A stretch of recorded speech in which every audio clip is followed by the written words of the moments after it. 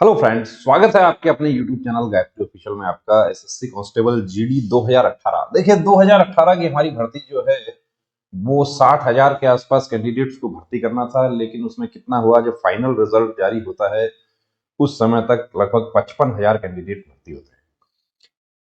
इसके अलावा एक पॉइंट और था हमारे साथियों का कि जो कैंडिडेट्स ज्वाइन नहीं किए हैं, क्योंकि उत्तर प्रदेश में बहुत ज्यादा बड़ी तादाद में कैंडिडेट्स ने ज्वाइन नहीं किया था, या ज्वाइन किया तो कुछ समय बाद छोड़कर आ गए, 2 दिन 5 दिन बाद में छोड़कर चले गए। राजस्थान से ज्वाइन नहीं किया, यानी हर स्टेट से बहुत बड़ी तादाद ऐसी थी कि कैंडिडेट्स ने ज्वाइन नहीं किया था। ज्वाइन नहीं किया था यानी कि वेटिंग लिस्ट जारी क्यों नहीं होती है, ये बहुत बड़ा इशू उस समय बना था। और ये अब भी मतलब कैंडिडेट्स जो हैं वो वेटिंग लिस्ट जारी हो उसके लिए सब कुछ किया उन्होंने। यानी दिल्ली में धरना प्रदर्शन से लेकर माननीय दिल्ली उच्च न्यायालय में रिट याचिका तक दाखिल हुई। उससे पहले वेटिंग लिस्ट को लेकर एक और भर्ती चल रही थी हमारी। 2016 की भर्ती थी एसएसपी हेड कांस्टेबल और एएसआई टेलीकम्युनिकेशन की। उसमें भी वेटिंग लिस्ट का जो था वो प्रावधान नहीं था।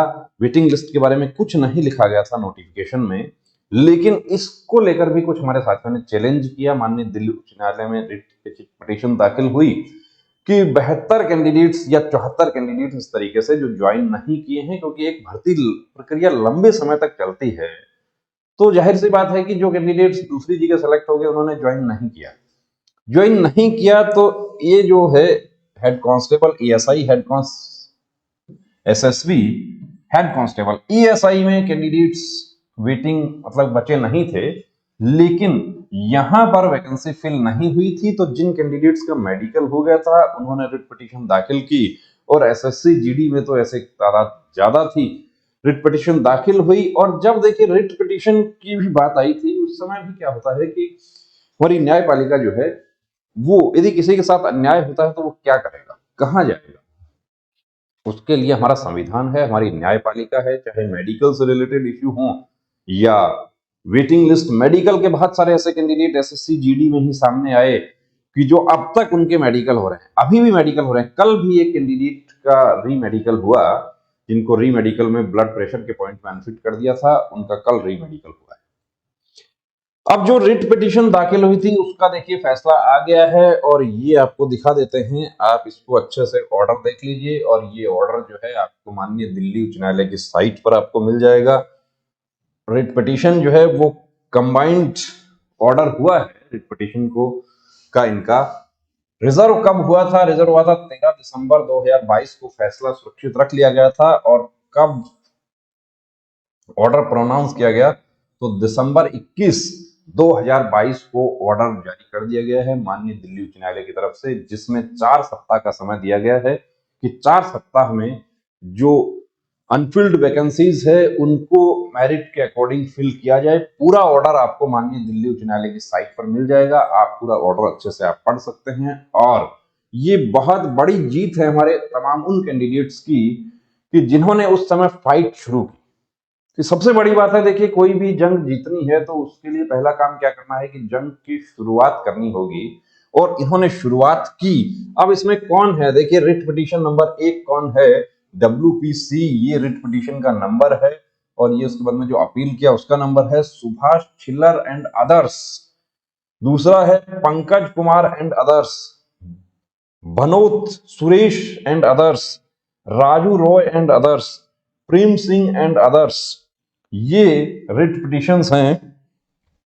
इनको आपको यहां पर अंकित एंड अदर्स, नीलेश कुमार पाठक,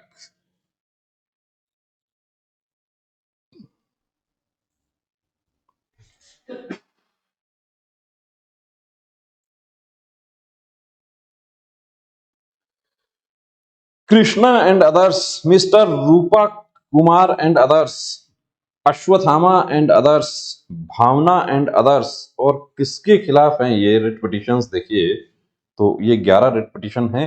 ये यूनियन ऑफ इंडिया के खिलाफ ये फर्स्ट पेज आपको दिखाया है। तो ये फैसला आ चुका है, 21 दिसंबर को फैसला आ गया। वेटिंग का जो था, अब इस पर निर्णय लेना है सरकार की तरफ से इस पर क्या निर्णय आता है, 4 सप्ताह का समय दिया गया है कि 4 सप्ताह में जो वैकेंट सीट है उस पर वेटिंग लिस्ट जारी की जाए और कैंडिडेट जो मेरिटोरियस हैं उनको वेटिंग लिस्ट जारी किया जाए उनका। उसमें साथ में एक बात और है कि नॉशनल यानी कि उनका जो सीनियोरिटी है वो भी मेंटेन रखा जाए।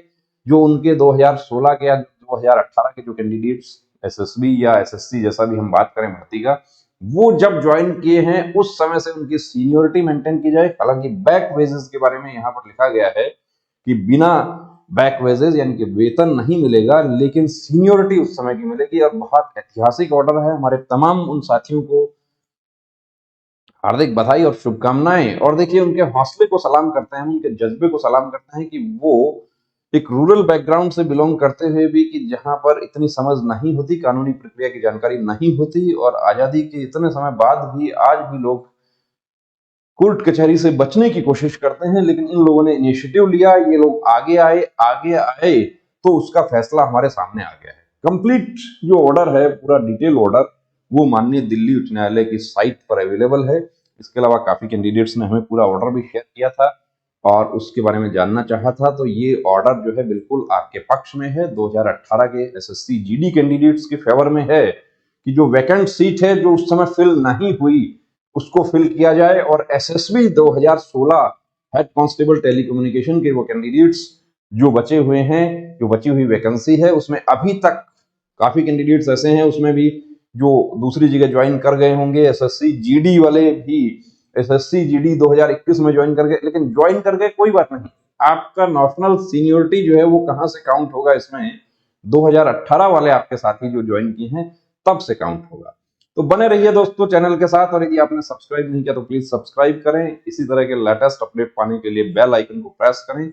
और हमारे तमाम वो साथी जो फाइट कर रहे थे 2018 वेटिंग लिस्ट के लिए, उनकी ये बहुत बड़ी जीत है और इसके लिए बहुत बहुत शुभकामनाएं उनको, उनके एडवोकेट्स को जिन्होंने इसमें बहुत काम किया, मेहनत किया, उनके फैमिली मेंबर्स जिन्होंने सपोर्ट किया, उनको सबको, तमाम लोगों को बहुत बहुत शुभकामनाएं। जय हिंद।